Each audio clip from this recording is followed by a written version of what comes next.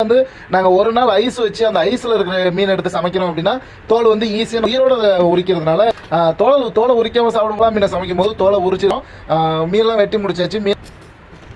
மிளகா சாந்து அதோட வந்து மிளகா சாந்து லைட்டாக தண்ணி ஊற்றிக்கிட்டு நல்லா மசாலாவை மிக்ஸ் பண்ணிக்கிறோம்.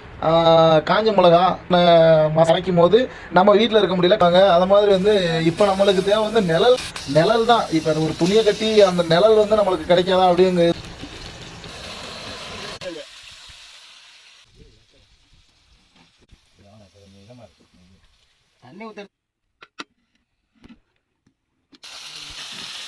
சாப்பிட்ற மாதிரி சமைக்காம சப்போஸ் காற்று அதிகமாக இருந்துச்சுன்னா சமைக்க முடியாது. மாதிரி சாப்பாடு தான் வந்து எங்களுக்கு நாங்கள் எடுத்துகிட்டு போயிட்டா கெட்டு போகாமல் தான் நாங்கள் இப்போ இருக்குது.